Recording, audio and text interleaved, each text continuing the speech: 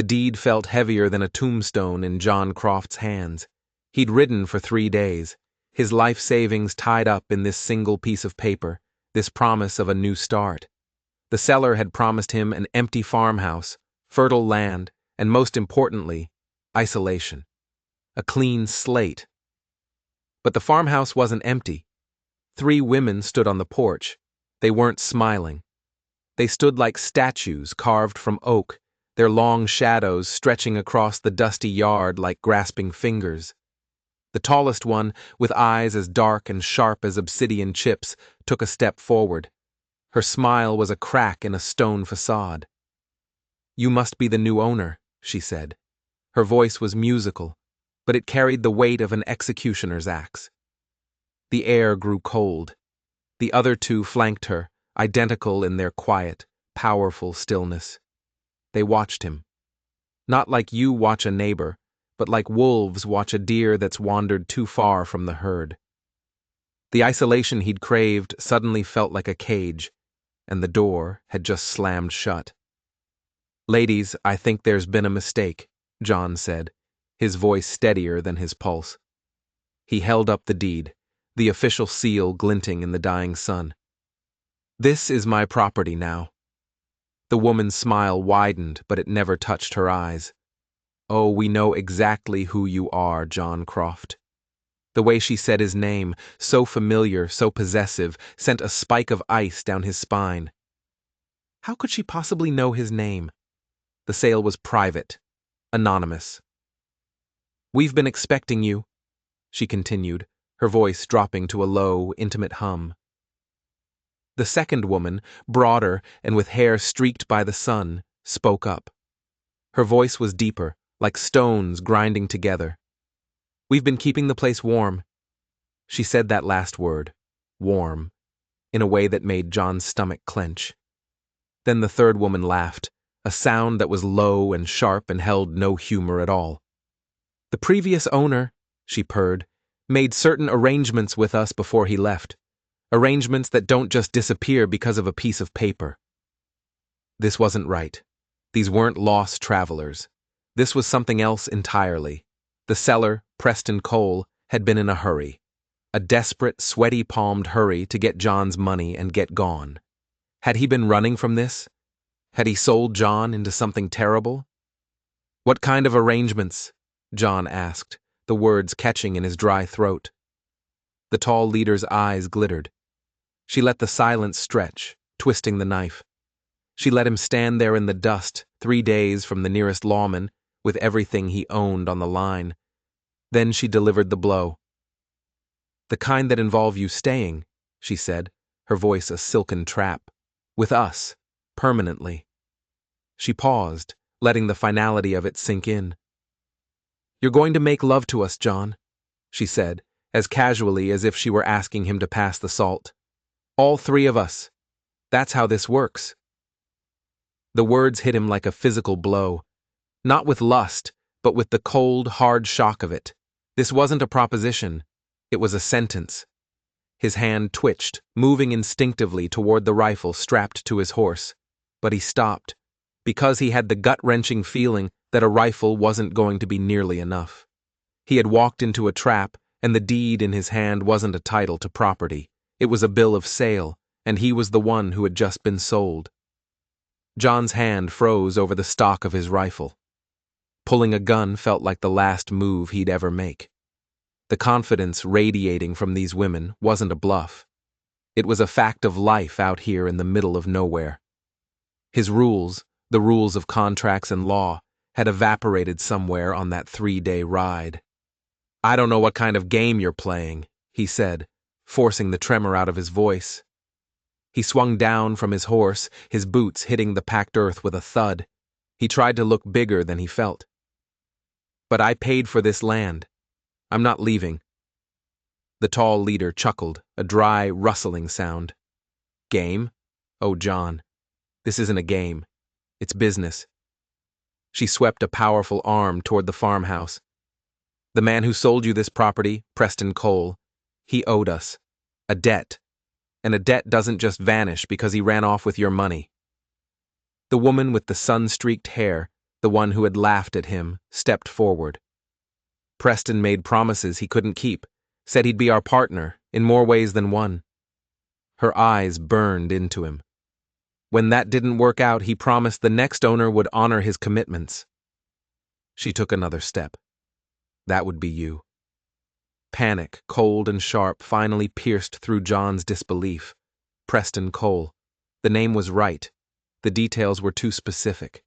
This was a setup, an elaborate, terrifying trap laid by a man he'd met for all of 2 hours. Even if that's true, John argued, his mind scrambling for a defense, no man can make a promise like that for someone else. The third woman, the broad-shouldered one, laughed outright. You really don't get it, do you? Out here, there's no sheriff to run to, no judge to hear your case. We make our own rules. We make our own arrangements. The way she said arrangements made his skin crawl. This was their kingdom, and he had just stumbled through the gates. He felt a sudden, crushing loneliness, the kind that comes when you realize no one on earth knows where you are, and no one is coming to help. The deed is legal, he insisted, the paper in his hand feeling flimsy and useless. Filed and sealed. The leader's smile finally vanished. What replaced it was colder than a winter grave. Your paper means nothing when you're 3 days from anyone who might care what happens to a stranger. She closed the distance between them, and up close she was even more imposing, her height and strength a product of years of hard, unforgiving labor. Besides, the sun-streaked woman added, a sly look on her face, we have our own paperwork. She reached into a pocket of her work dress and pulled out a folded document. Even from 10 feet away, John could see it was thick, official-looking paper. His heart hammered against his ribs. It wasn't a bluff. They had something. A contract. The pieces slammed into place. Preston hadn't just sold him a farm. He'd sold him into something. He'd used John's life savings to buy his way out of a deal with these women. A deal that was about to come due. The document she held seemed to pulse with a dark energy.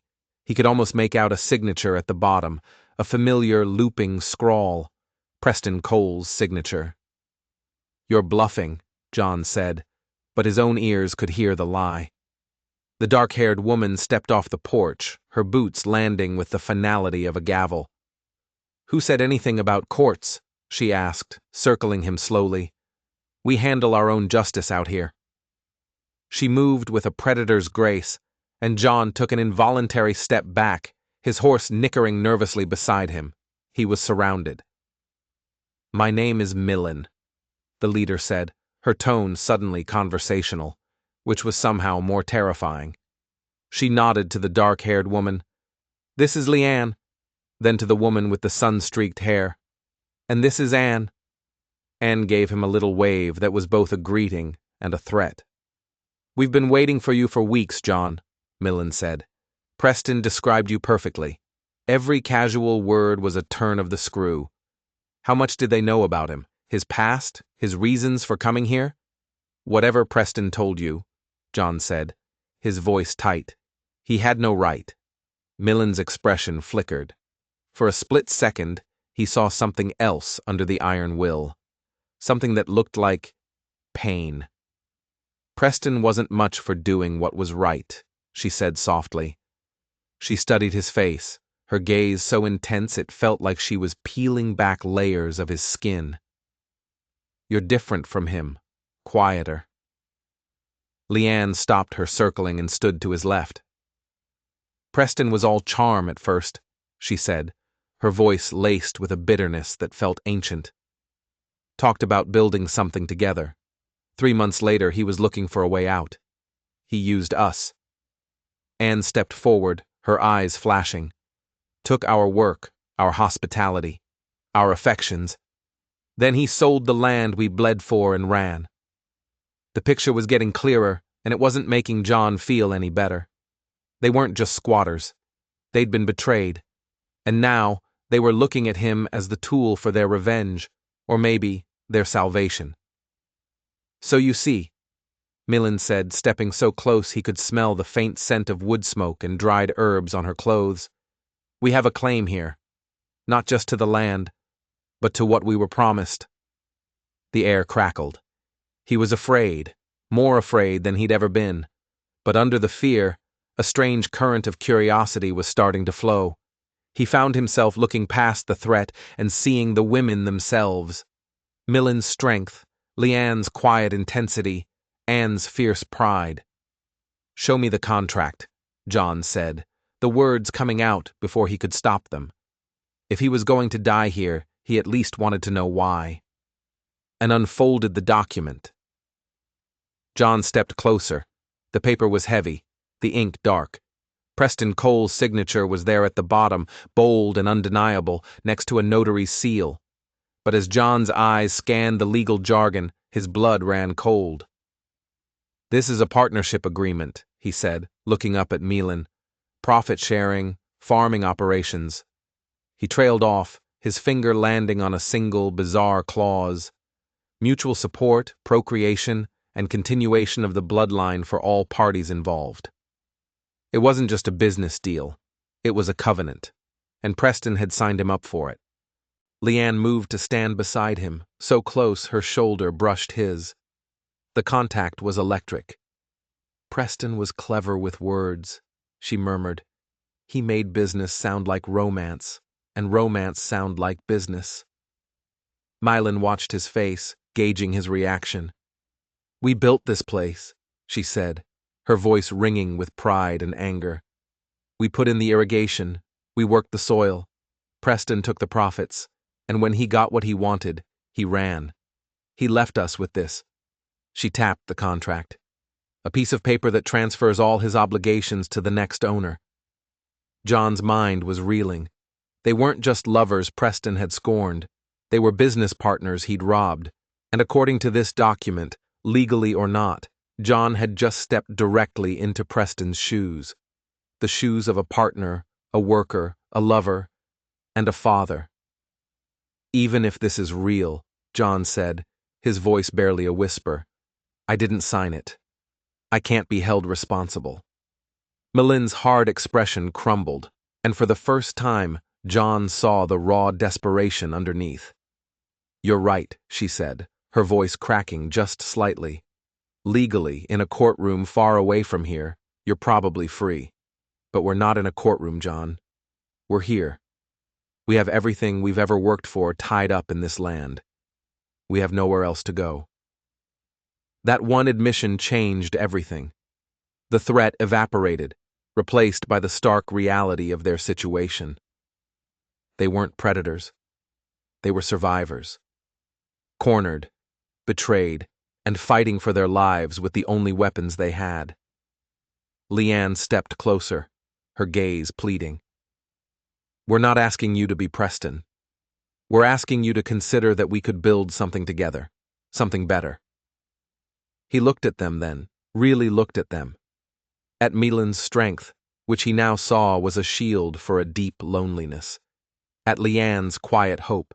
At Anne's fierce pride, which was a wall built around a foundation of hurt. He had come here seeking solitude, an escape from connection. And now he was being offered a connection so profound, so complicated, it terrified and fascinated him in equal measure. What exactly are you proposing?" he asked. The question felt like jumping off a cliff, with no idea what was at the bottom. The three women exchanged a look, a silent conversation passing between them. And John knew, with chilling certainty, that his answer would seal his fate. He looked at the contract again. The part about procreation, the continuation of the bloodline. It wasn't just about farming. It was about legacy. Their legacy. And now, somehow, it was about his. But that wasn't the detail that made his breath catch in his throat. It was a small addendum at the bottom, scribbled in what was clearly Preston's handwriting. "In the event of owner's sterility or unwillingness," it read, "a forfeiture of property will be enacted, enforced by S. Blackwood." Who the hell was S. Blackwood? Millen saw where his eyes had landed. The vulnerability on her face vanished. replaced by a grim shadow. "That," she said, her voice low and dangerous, "is the other part of the arrangement." It seemed Preston Cole hadn't just sold John a farm. He'd sold him into a war. "Who is S. Blackwood?" John demanded, the name on the page feeling like a loaded gun pointed at his head. Millen's jaw tightened. "Silas Blackwood. He owns the next valley over, and the one after that. He's been trying to get his hands on this land for generations. Our land." The way she said it, "our land," spoke of a history that went far deeper than a single business deal with a con man like Preston. "Preston was our last chance," Leanne explained, her voice heavy with the weight of their failure. "This covenant, this contract, it's an old tradition. Our family has held this valley for a century by bringing in outside partners, men who would work the land with us, share their lives with us, and give us children to continue our claim." And snorted, a bitter sound. Preston couldn't hold up his end of the bargain. In any capacity, he was weak, and worse, he was a coward. The story was getting darker, more complex with every sentence. This wasn't a simple swindle. It was a generational struggle for survival. "So, Preston was sterile?" John guessed. "Among other things," Millen said darkly. When he realized he couldn't fulfill the contract, he panicked. He knew Blackwood would be notified. Blackwood co-signed the loan Preston took out to buy his share of the partnership. That clause, that was Blackwood's insurance policy. John's blood ran cold. So this wasn't just about the three of them. There was a fourth player, a powerful, predatory neighbor who was waiting in the wings. Preston hadn't just run from the women, he'd run from Silas Blackwood. "Preston didn't just sell me the farm," John said, the horrifying realization dawning. "He sold me to Blackwood. He delivered a replacement so Blackwood wouldn't come after him." "Yes," Millen confirmed, her eyes filled with a grim understanding. "He served you up on a platter to save his own skin."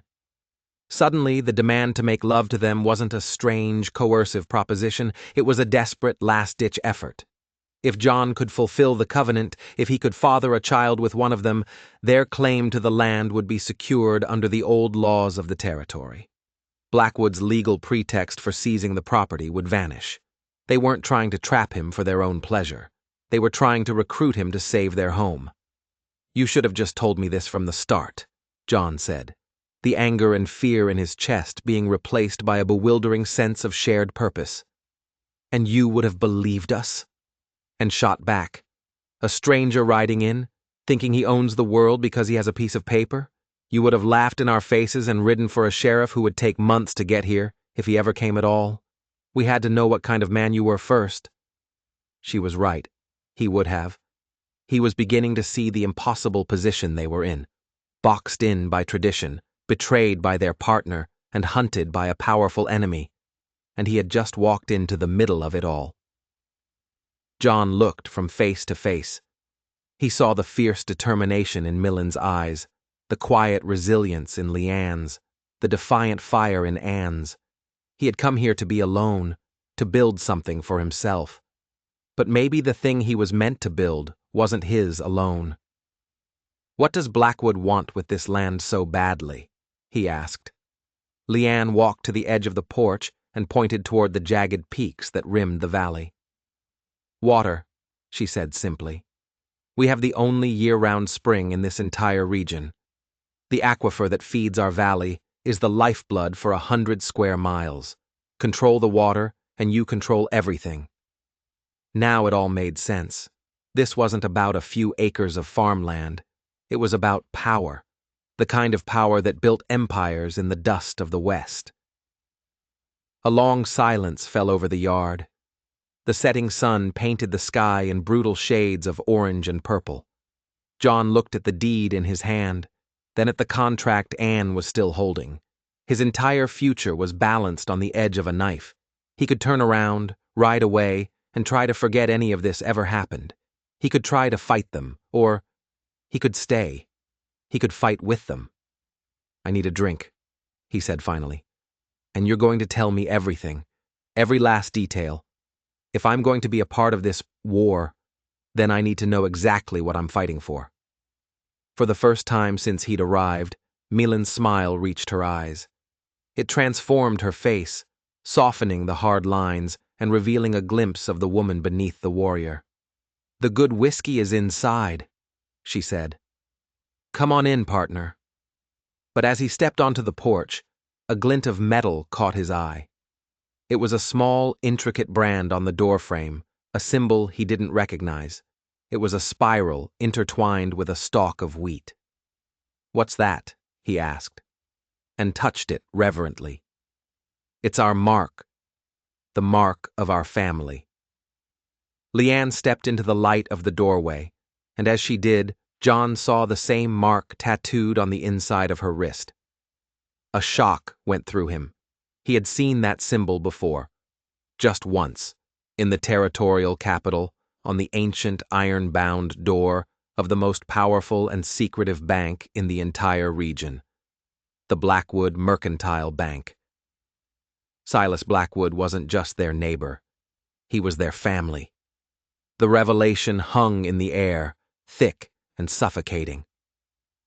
"Blackwood, is your family?" John asked, his mind struggling to connect the pieces. The ruthless land baron trying to steal their home was related to them? Millen poured him a glass of whiskey, her movements steady and deliberate. "Our grandfather and his grandfather were brothers," she said, her voice flat, devoid of any warmth. "They built this entire region together, but they had a disagreement." "A disagreement?" John repeated, taking a long swallow of the fiery liquid. "Our ancestor, Jedediah Croft, believed the land and its resources should be shared, managed by a council of families," Leanne explained, her voice soft, like she was telling a ghost story. Silas's ancestor, Mordecai Blackwood, believed in absolute control. One man, one iron fist. The story was as old as the hills around them, the timeless conflict between community and tyranny. Mordecai won. Anne finished, her tone laced with generations of resentment. He used lawyers and guns to force everyone else out. Everyone except our great-grandmother. She was too stubborn, and her claim to this valley was too strong, protected by the original territorial charter. So Mordecai created the covenant. John leaned forward, the whiskey forgotten. "He created it? I thought it was your family's tradition." "He twisted it," Milan said, her eyes flashing with anger. "Our tradition was one of partnership. He turned it into a trap. The contract, the bloodline clause, the forfeiture, it was all designed by him to make it nearly impossible for our family to hold on to this land. Every generation, we've had to fight. We've had to find a partner willing to stand with us, to meet the terms of a contract designed for our failure." John finally understood the true depth of their desperation. They weren't just fighting an enemy. They were fighting their own history, a curse laid upon them by a vindictive relative a century ago. Silas Blackwood wasn't just trying to acquire property. He was trying to finish his grandfather's work, to wipe the last vestige of the Croft name from the map. Wait. Croft. John felt a dizzying wave of vertigo. "Did you say Jedediah Croft?" The three women stared at him. "Yes," Leanne said slowly. "Why?" John's hand trembled as he set the glass down. He reached into his saddlebag, which he'd brought inside, and pulled out a worn leather-bound journal. It was the only thing of value his father had left him, passed down from his father before him. He opened it to the first page. Written in faded brown ink was a name. The Journal of Jedediah Croft, first son of Thomas Croft. A stunned silence filled the room.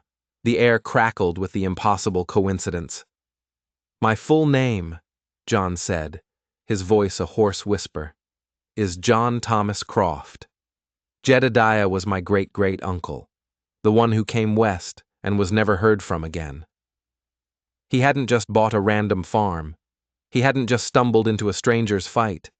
He had, by some impossible twist of fate, come home. He was a Croft. and this land, this fight, was his by blood. The deed in his pocket wasn't just a legal document. It was the closing of a circle, a destiny he never knew he had. And let out a choked laugh of disbelief. Leanne's eyes were wide, filled with a light he hadn't seen before. Meline stared at him, her usual composure completely shattered. She saw not just a potential partner, but a long-lost kinsman. "All this time," Meline whispered, "we've been searching for an outsider to help us fight our family. And fate sent us. Family." The weight of it was immense. This wasn't a choice anymore. He couldn't ride away from this. This was his legacy, his fight. His name was etched into the very history of this valley. But the revelation also brought a new, terrifying thought. Silas Blackwood. His name was on the contract. He would have been notified by Preston Cole the moment the sale was finalized. He would know that a new man had arrived at the farm. But did he know his name? Did he know that a descendant of his family's greatest rival had just walked back onto the board? A loud knock echoed through the farmhouse, making them all jump. It was a sharp, impatient, authoritative knock. Not the sound of a friendly neighbor. It was the sound of someone who didn't expect to be kept waiting. Millen motioned for John to stay back, away from the door. She exchanged a grim look with her sisters. Leanne moved silently to the fireplace, her hand resting on the heavy iron poker, and slipped into the shadows of the hallway. Millen took a deep breath and opened the door. Standing on the porch was a man who seemed to have been carved from the same hard rock as the mountains around them. He was tall and broad, dressed in a fine black coat that couldn't conceal the power in his frame. His face was weathered but aristocratic, with cold, intelligent eyes and a neatly trimmed silver beard. He held a black felt hat in his hands. He looked every bit the king of his domain.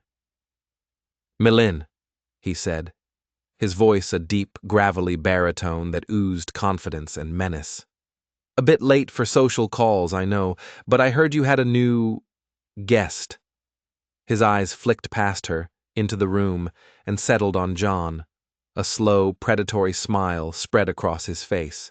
It was a smile that knew everything.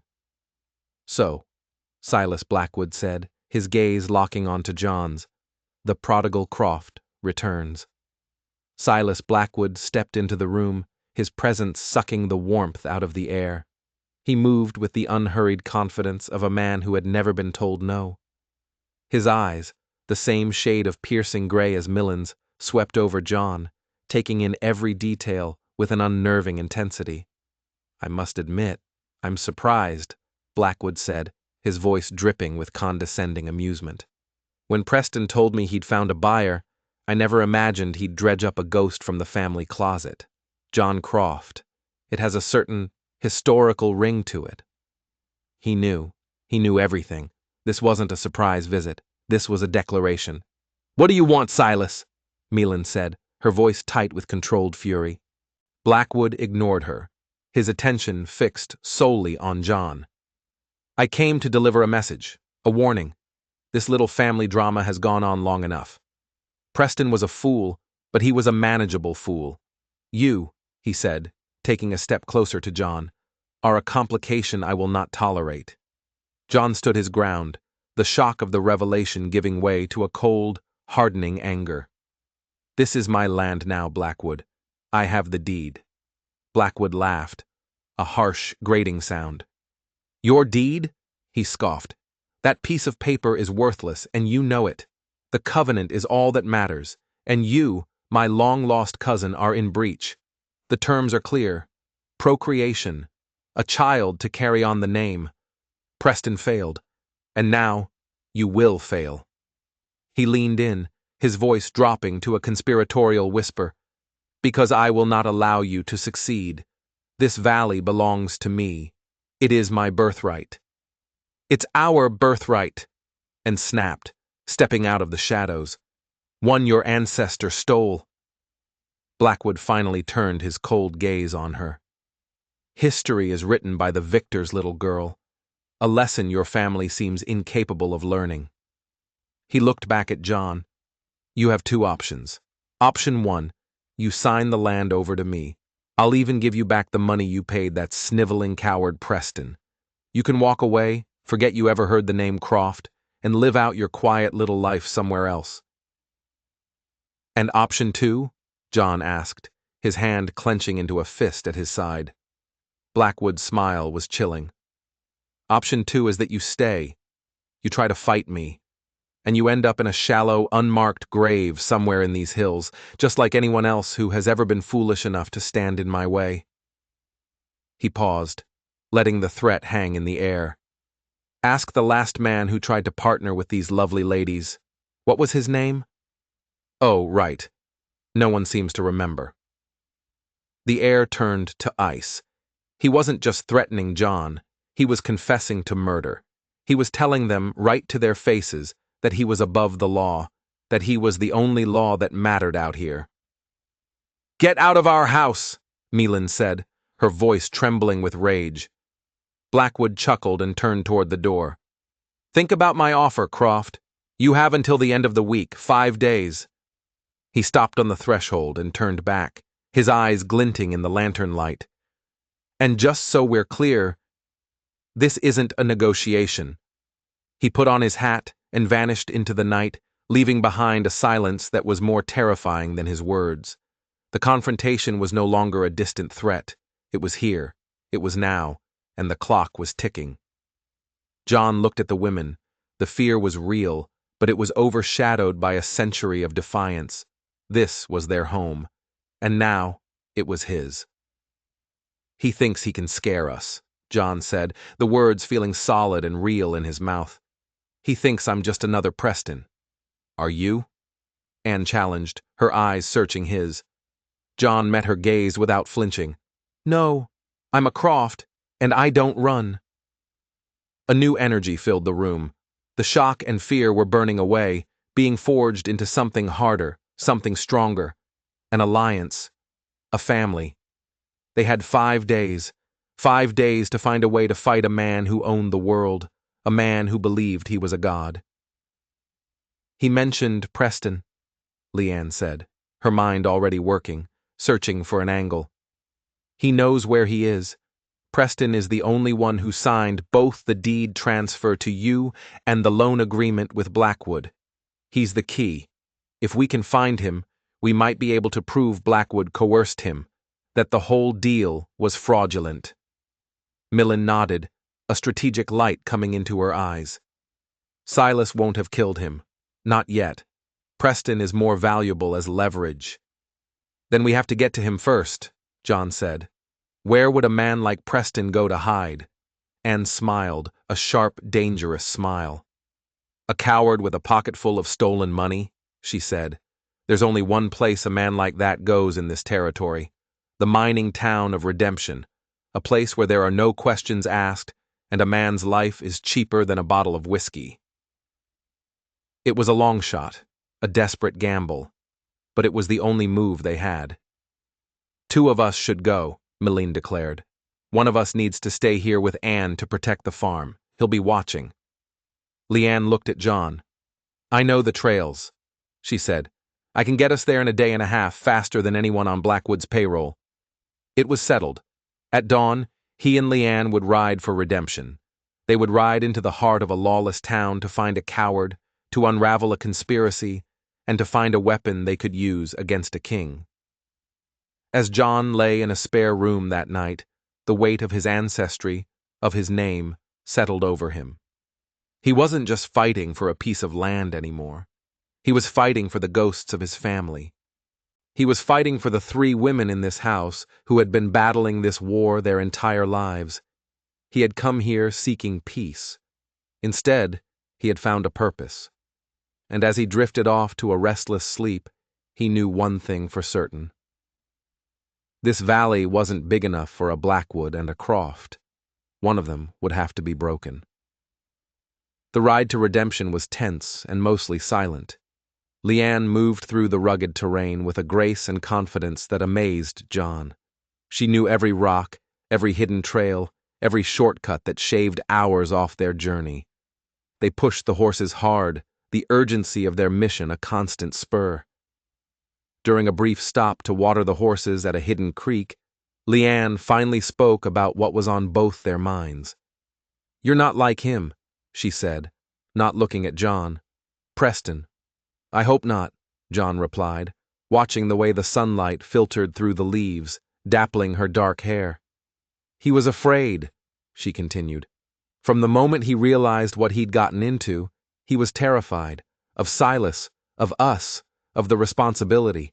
You're afraid, I can see it, but it's different. You're standing your ground." "I don't have much of a choice," he admitted, "and it's my family's ground to stand on."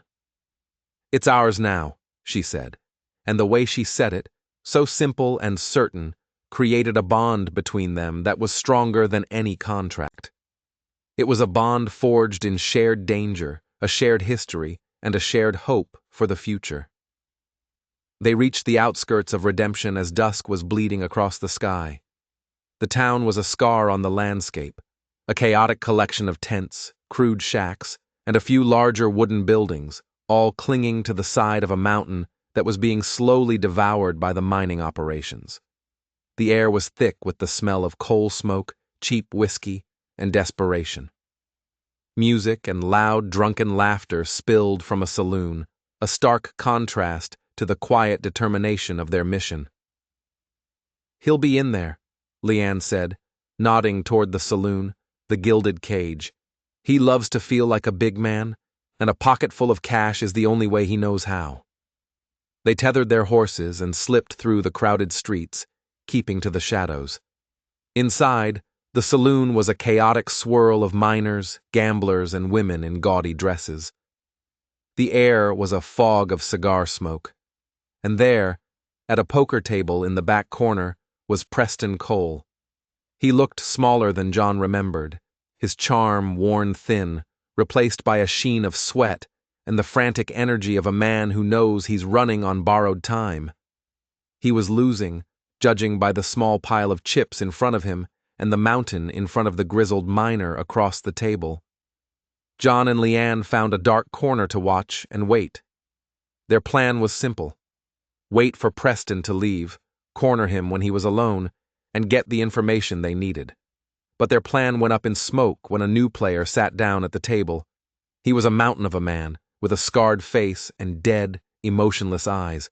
He didn't look like a miner. He looked like a killer. And on the back of his hand was a tattoo of a black scorpion, a symbol John had seen before, on the saddle of the horse Silas Blackwood had ridden. This was one of Blackwood's men. He wasn't playing poker. He was watching Preston. The game ended quickly. Preston lost his last chip, his face pale and sickly. He pushed himself away from the table, stumbling toward the back door. Blackwood's man rose and followed him. "Now," John whispered. They slipped out the side door and circled around to the back alley. They found Preston pressed up against the wall, the huge man holding him by the collar. "Silas is getting impatient, Preston," the man growled. "He wants to know if the new man is settling in nice and quiet." "I don't know anything," Preston squeaked, his voice high with terror. "I did what he said. I sold the farm. I gave him the name." "You were supposed to stay in touch," the man snarled, slamming Preston against the wall. "You were supposed to be his eyes and ears." That was the moment John and Leanne chose to step out of the shadows. "Let him go," John said, his voice calm and steady. The big man, who John would later learn was named Pike, turned slowly. A look of surprise, then amusement, crossed his scarred face. "Well, well. Look what we have here, the replacement, and one of the witches. You're a long way from home." "We're here for him," Leanne said, her hand resting on the hilt of the hunting knife at her belt. Pike laughed. "You're not here for anything. You just made a very big mistake." He shoved Preston aside and pulled a massive, ugly-looking pistol from his belt. "Silas told me if I saw you I should deliver a message." But Pike had made a critical error. He had underestimated them. While his attention was on John, Leanne moved with lightning speed. She kicked a stack of loose crates, sending them tumbling into Pike's legs. As he stumbled, John lunged forward, not at the gun, but at Pike's wrist, slamming it against the brick wall with all his force. Bones crunched. The gun clattered to the ground. Pike roared in pain and fury. John grabbed the gun. "Preston, run!" he yelled. But Preston was frozen, paralyzed by fear. Pike, ignoring his broken wrist, charged at John like a wounded bear. John fired a shot into the air, the sound echoing like a cannon in the narrow alley. It was enough to make Pike hesitate. Leanne grabbed Preston by the arm, dragging him toward the end of the alley. "John, now!" John backed away, keeping the gun trained on Pike. The big man was breathing heavily, his face a mask of hatred, cradling his shattered wrist. "You're dead, Croft!" he spat. "You're all dead!" They didn't wait to hear the rest. They half-dragged, half-carried the trembling Preston through the maze of shacks and tents, back to their horses. Shouts and curious heads were popping out of doorways. They had maybe a minute before the whole town was after them. They threw Preston onto one horse, Leanne jumping up behind him to keep him from falling. John vaulted onto his own. "They'll follow us!" Preston wailed. "Pike will bring men!" "That's the idea," John said grimly. He wasn't just running from a fight. He was leading the fight back home. He was drawing Blackwood's forces away from the farm, buying Milan and precious time. But as they galloped out of town and into the pitch-black wilderness, with the sounds of pursuit already rising behind them, he knew they had just lit the fuse on a powder keg. The chase was on, and the long night had only just begun. They rode hard through the darkness, Leanne guiding them through treacherous, moonless canyons with an instinct that felt supernatural. Preston, sandwiched between her and the saddle horn, was a whimpering, useless weight. Behind them, the sounds of pursuit grew fainter, but John knew Pike wouldn't give up easily. He was leading them on a longer, more difficult route, a gamble that their knowledge of the terrain would outweigh the numbers and speed of their pursuers. "We need to get his story," John yelled to Leanne over the thunder of hooves. "We need something we can use." They finally found a defensible spot, a narrow box canyon with a single entrance. It was a risk. If they were found, they'd be trapped. But they needed to rest the horses and get answers from Preston. John pulled Preston from the horse and threw him to the ground. "Talk," he commanded, his voice raw with exhaustion and adrenaline. "Everything. Now." Under the terrifyingly calm gaze of Leanne and the barrel of Pike's gun in John's hand, Preston Cole finally broke. The story tumbled out, a pathetic confession of weakness, greed, and fear. He'd met the sisters by chance, saw the productivity of their farm, and charmed his way into the partnership. But he quickly realized he was in over his head. The work was hard, the women were formidable, and the weight of the covenant was crushing. So he went to Silas Blackwood for a loan, and Blackwood saw his chance. "He drew up the loan agreement," Preston sobbed, "and he put in the forfeiture clause. He knew I couldn't fulfill the terms of the covenant. He planned it from the start. He was just waiting for me to fail." When Preston found out John was looking for a remote property, he saw his escape. He contacted Blackwood, and together they hatched the plan. Preston would sell the farm to this newcomer, this John Croft, and feed Blackwood information. The sale money was his payment for betraying the sisters and delivering John to the slaughter. "But he has something else," Preston blurted out, his eyes wide with a new terror. "There's a reason he can't just take the farm by force. There's a document, an older contract, the original territorial charter." "We know about the charter," Leanne said impatiently. "It protects our claim." "No, you don't understand," Preston insisted. "I saw it. Blackwood showed it to me, bragging. There's a fail-safe in it, a poison pill clause. If the Blackwood family ever uses violence or illegal means to acquire the Croft Valley, ownership of all Blackwood lands, everything, reverts to the territorial government." It was Jedediah Croft's final masterstroke against Mordecai Blackwood. John and Leanne stared at each other, the magnitude of this revelation sinking in. This was it. This was the weapon they needed. It explained everything. Why Blackwood had been using contracts and manipulation for a century instead of just taking what he wanted. He couldn't. His hands were tied by his own ancestors' greed. If he used force, he would lose his entire empire. That's why he needed John to fail the covenant. He needed to take the farm legally. "Where is this charter?" John demanded. "In his safe!" Preston cried.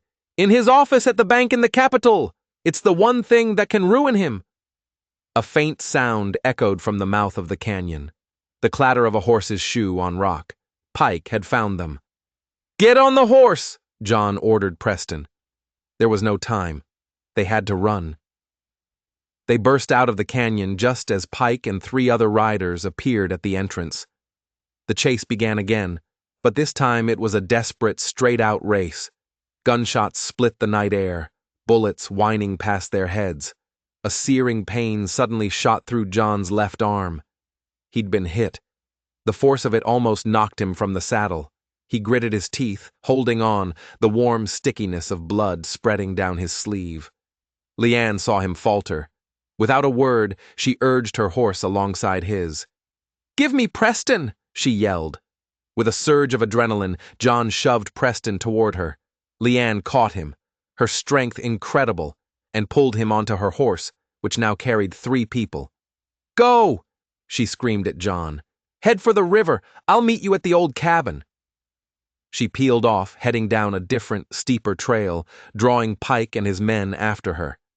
They saw the heavier-laden horse as the easier target. It was an incredible act of bravery, a sacrifice to give him a chance to escape. John raced on, his arms screaming in agony, his vision starting to blur. He pushed his horse to its limit, the sound of the river growing louder, a promise of escape. He plunged into the churning water just as the first rays of dawn broke over the mountains, letting the current carry him away, into the shadows, leaving no tracks for his pursuers to follow. He clung to his horse, his strength failing, the cold water both numbing the pain and sapping his life away. He didn't know if Leanne had made it. He didn't know if Preston was alive or dead. He only knew one thing. He had the information that could destroy Silas Blackwood, if he could just live long enough to use it. John washed up on the riverbank miles downstream, half conscious and shivering uncontrollably. His horse stood over him, a loyal, exhausted sentinel. Pain was a white-hot fire in his arm. He tore a strip from his shirt and tied a crude tourniquet, his fingers clumsy and slick with blood. He knew he had to get to the cabin Leanne had mentioned, their emergency rendezvous point. Stumbling through the woods, using his rifle as a crutch, every step was agony. The world swam in and out of focus. He followed the landmarks Leanne had drilled into him during their ride, his mind clinging to her instructions like a lifeline. He finally saw it through the trees, a small, dilapidated line shack, barely visible against the mountainside. He collapsed through the door and into darkness. He must have passed out, because the next thing he knew, a cool cloth was on his forehead and a familiar, calming scent of herbs filled the air. He opened his eyes. Leanne was there. Her face was bruised and scratched, her clothes torn, but she was alive. Relief washed over him, so powerful it almost made him black out again. "Preston?" he croaked. Her expression darkened. "Dead. They shot him off the horse as we crossed the ridge. He was of no more use to them." She gently began cleaning his wound. "They followed me for miles. I lost them in the foothills. So Preston was gone, their only witness. It didn't matter. They didn't need a witness anymore. They needed a document." "The charter," John rasped. "In his safe, in the capital." "The capital is a week's ride from here," Leanne said, her voice grim as she stitched his wound with a needle and thread from her saddlebag. "We don't have a week. Silas gave us 5 days. We've been gone for 2. They had 3 days left. 3 days to get back to the farm, tend to his wound, and come up with a plan to assault a bank in the territorial capital. It was impossible. Blackwood had won. "No," John said, a new resolve hardening in his gut. He thinks we'll go for the charter. He'll expect it. He'll have the bank guarded. He's trying to get us to leave the farm undefended." Leanne stopped her work, her eyes meeting his. "What are you saying?" "I'm saying the fight isn't in the capital. It's at home. He's tied his own hands with that poison pill clause. He can't use force. All we have to do is survive the next 3 days. If I'm still on that land, still a partner, he can't touch us. The covenant is still active." It was a terrifyingly simple plan. All they had to do was hold out. But Blackwood wasn't a man who followed rules, even his own. He would find another way. They rested for a day, John's fever breaking as Leanne's knowledge of field medicine worked its magic. Then they began the slow, painful journey back, avoiding the main trails, moving like ghosts through the wilderness. They arrived back at the valley at sunset on the 4th day. From a high ridge, they looked down at the farm, and their hearts stopped. The fields were burning. Black smoke billowed into the sky, choking the life out of the valley.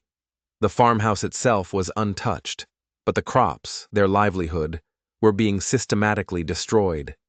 Several riders, Blackwood's men, were riding through the fields with torches. It was a message. Blackwood wasn't using force against them. He was just destroying their property. It was a loophole, a cruel, vicious way of breaking them without breaking the charter. He was going to starve them out. Rage, pure and undiluted, surged through John. He and Leanne raced down the ridge, their exhaustion forgotten. As they drew closer, they saw Millen and Anne near the house, armed with rifles, keeping the men from approaching the buildings, but unable to stop the destruction of the fields. John and Leanne burst from the tree line, guns blazing. The surprise attack sent Blackwood's men scrambling. Caught in a crossfire, they had no choice but to retreat, galloping away into the smoke-filled twilight, leaving a scene of devastation behind them. The 4 of them stood together, watching the fires burn themselves out, the smell of ash and defeat thick in the air. Their winter stores, their profits, everything they had worked for, was turning to cinders. "This is the end," Anne said, her voice hollow, tears tracing paths through the soot on her cheeks. "He's won." "No," John said, his voice quiet but ringing with a certainty that made them all look at him. His wound throbbed, his body ached, but his mind was sharp, forged in the fire of the last few days. "He's just made his first mistake." "What are you talking about?" Millen demanded. "He's ruined us." "He's shown his hand," John explained. "He thinks he's being clever, but arson is still a crime. A serious one. The poison pill isn't about him physically harming us. It says if he uses illegal means to acquire the land, he just broke the law." A spark of hope flickered in the darkness. "But who's going to enforce it?" Leanne asked. "The local sheriff is in his pocket. The territorial marshal is weeks away." "We don't need the marshal to come to us," John said, a wild, desperate plan forming in his mind. "We just need to get the proof to him. Proof of the arson and the story about the charter." He looked at Leanne. "You said the capital is a week's ride." "Yes," she said, confused. "Is there a telegraph office closer than that?" Her eyes widened as she understood. "Halfway, in a town called Prosperity. 2 days' ride if you push it." "Then that's what we do," John declared. "Milene, on, you stay and defend the house. He'll be back. Leanne and I will ride for Prosperity. We'll wire the marshal. We'll tell him everything. About the arson, the murders, the fraudulent contracts, the charter. We'll force his hand." It was their final, desperate gamble. A 2-day ride through hostile territory, hunted by Blackwood's men, with the fate of their family, their legacy, resting on a single strand of telegraph wire. As they prepared to leave, Anne pressed something into John's hand. It was a small, heavy pouch. "What's this?" he asked. "Our savings," she said, her voice fierce. "Everything we had hidden away. For telegraphs, for bribes, for whatever it takes. You use it. And you come back." John looked at the 3 women, their faces illuminated by the dying glow of their burning fields. They were bruised, battered, and on the brink of ruin. But they were not broken. He and Leanne mounted their horses. "We'll be back," he promised. And he knew it was a promise he had to keep, or die trying. As they rode out of the valley with the smoke of their ruined hopes behind them, he glanced back one last time. He saw Milan and An standing guard on the porch, two lone sentinels against the darkness, protectors of the last piece of the Croft legacy. He was no longer just a man who had bought a farm. He was a son of the valley, and he was riding to bring the thunder of justice down on the man who had tried to burn his world to the ground. The journey to prosperity was a nightmare. Every shadow seemed to hold a threat. Every gust of wind sounded like an approaching rider. They rode without stopping, pushing themselves and their horses past the point of exhaustion. John's arm was a constant throbbing agony, but the fire in his gut was stronger than the pain. They arrived in prosperity on the morning of the final day, the day Blackwood's deadline expired. The town was a small, dusty trading post, and the telegraph office was a tiny shack at the end of the main street. John practically fell from his horse, his legs buckling under him. Leanne helped him inside. The telegraph operator was a small, mousy man with a green visor who looked up at them with bored indifference. "I need to send a message," John said, his voice raspy. "To the territorial marshal in the capital. It's urgent." He spilled the pouch of coins Anne had given him onto the counter. "I'm paying for priority, and for your silence." The operator's eyes widened at the sight of the money. He suddenly became much more attentive. For the next hour, John dictated the message, his voice growing stronger with every word. He laid out the entire story.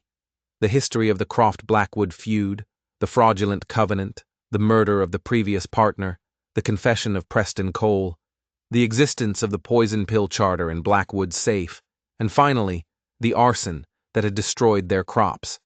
He named Pike as the man who attacked them, and Silas Blackwood as the man who gave the orders. He was building a legal case, piece by damning piece, over the telegraph wire. "Send it," John said when he was finished, "and get me a confirmation that it was received." As the operator's key began to click and clatter, sending his message across the territory, Leanne gripped John's good arm. "What now?" she whispered. "We wait?" "No," John said, a cold light in his eyes. "Now, we end this." He turned to the operator. "I need you to send a second message, to Silas Blackwood, at his ranch." Leanne stared at him, shocked. "What are you doing?" "Bluffing," John said. "I'm betting everything on one last hand." He dictated the second message, his words chosen with surgical precision. "Blackwood. Marshal has been notified. Arson is proof of illegal means. Poison pill charter is void. Your land is forfeit. Meet me at the farm at sundown alone, or the marshal will find you first. J. Croft." It was a lie, a massive, audacious lie. The marshal had only just received the message. He wouldn't act for days, maybe weeks. But Blackwood didn't know that. John was counting on Blackwood's arrogance, his belief that he could still control the situation, to lure him into a trap. "Now," John said to Leanne, his body screaming in protest, "we have to get back before he does." The ride back was a blur of pain and sheer willpower. They arrived at the valley ridge just as the sun was touching the horizon, painting the smoke-filled sky in apocalyptic colors. They saw him. A single rider, just as John had demanded, making his way toward the farmhouse. Silas Blackwood had taken the bait. "Where are Milan and Anne?" Leanne said, her voice tight with fear. The farmhouse looked quiet. Too quiet. They raced down the slope, their horses eating up the ground. As they burst into the farmyard, John saw them. Milan and Anne were tied to the porch posts.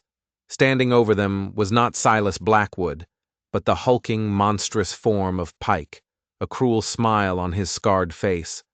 Beside him stood two more of Blackwood's thugs. It was an ambush. Blackwood had never intended to come alone. He had sent his dogs to finish the job. "You're a fool, Croft," Pike sneered, raising his pistol. "The boss ain't coming. He sent me to clean up this mess, permanently." John and Leanne reined in their horses, their hearts sinking. They had walked right into it. They were outgunned, exhausted, and John was badly wounded. This was the end of the line. But then, a fourth figure stepped out of the farmhouse door. It was Silas Blackwood. "I must admit, Croft," Blackwood said, his voice calm and controlled, "your message was compelling. I had to see for myself if you truly had the nerve." He looked around at the scene, at the bound women, at the wounded John, at his armed men. "It appears you do, but nerve, unfortunately, is not enough." He had played them perfectly. He'd sent Pike ahead to secure the scene, then followed to witness the final act himself. He was going to break the charter, use force, and eliminate all witnesses. He was gambling his entire empire on the belief that no one would ever find out what happened here tonight. "You're making a mistake, Blackwood," John said, trying to buy time, his mind racing. "The only mistake," Blackwood replied, "was my ancestor leaving yours alive." He nodded to Pike. "Kill him, then the women, and burn the house to the ground. Leave nothing but ashes." Pike grinned and leveled his gun at John's chest. The hammer clicked back. The world seemed to slow down. And then, from the hayloft of the barn behind Pike, a single gunshot rang out. Pike's grin vanished, replaced by a look of stunned surprise. He staggered, a red flower blooming on his chest before crashing to the ground. Everyone froze. Blackwood spun around, his face a mask of disbelief. John and Leanne looked toward the barn, just as stunned as everyone else. A figure emerged from the shadows of the hayloft, holding a smoking rifle. It wasn't a man, it was Anne. She hadn't been captured. She had been hiding, waiting, a silent hunter in the twilight. Millen had a small knife in her hand, which she'd clearly just used to cut herself and her sister free. The capture had been a ruse. They had been playing their own game all along. The two remaining thugs, shocked by Pike's sudden death, hesitated for a split second. It was all the opening John and Leanne needed. Leanne launched herself from her horse, her hunting knife flashing. John, despite the agony in his arm, raised his pistol and fired. When the chaos cleared seconds later, the two thugs were down, and Silas Blackwood was standing alone in the middle of the yard, surrounded. He was trapped, his plan in ruins, his invincibility shattered. He looked from the bodies of his men to the four figures advancing on him, their faces hard and unforgiving in the twilight. John, Millen, Leanne, Anne, the four corners of his doom. "It's over, Silas," Millen said, her voice filled with a century of her family's pain and defiance. Blackwood stared at them, his mind clearly working, trying to find a way out. But there was no way out. He was beaten. But a cornered snake is at its most dangerous. With a guttural roar of fury, he pulled a hidden derringer from his coat and lunged, not at John, but at Leanne, the closest target. John screamed her name, but he was too far away. It was Millen who moved. She threw herself in front of her sister, a human shield. The derringer fired with a deafening crack. Millen cried out and collapsed to the ground. Time stopped. Leanne and Anne rushed to their sister's side. John, blind with a rage he had never known, tackled Blackwood, driving him to the ground. He brought the butt of his pistol down on Blackwood's head again and again, the sounds of the impacts sickeningly final. He didn't stop until Blackwood was a motionless, bloody heap on the ground. Silence descended, broken only by the agonized sobs of Leanne and Anne. John scrambled over to them. Millen was lying in a pool of her own blood, her breathing shallow. The bullet had taken her high in the chest. Her eyes fluttered open, finding John's. "You came back," she whispered, a faint, bloody smile on her lips. "A real Croft." Her eyes closed, and in the silence of the valley, under a sky filled with the smoke of their ruined past and the ashes of their enemy, John Croft let out a roar of grief and fury that echoed off the ancient, unforgiving mountains. He had won the war for the land, but he was terrifyingly afraid he had just lost the one thing that had made it worth fighting for. Leanne, her hands covered in her sister's blood, looked up at John, her face a mask of utter devastation. "She's alive," she said, her voice trembling but firm. "The bullet went clean through, but we have to get her help, now." Adrenaline surged back through John, pushing aside the grief and shock. He looked at the unconscious but still breathing form of Silas Blackwood. Justice could wait. Family couldn't. Working with a desperate, frantic energy, they turned the farmhouse into a makeshift infirmary. Leanne's knowledge of herbs and field medicine was all that stood between Milan and death.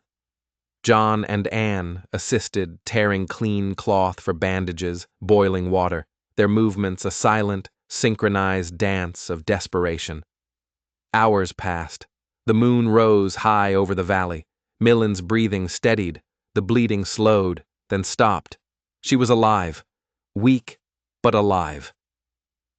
As the immediate crisis passed, exhaustion hit them like a physical blow. They tied the still unconscious Blackwood to a chair in the kitchen. Anne stood watch over him, her rifle across her lap, her eyes filled with a cold hatred that was terrifying to behold. John and Leanne collapsed onto the porch, the bloody events of the night replaying in their minds. The bodies of Pike and his men still lay where they had fallen. "The marshal will come," Leanne said, her voice a hollow echo in the quiet night. "Your telegraph. They'll find this." "Let them," John said, his voice ragged.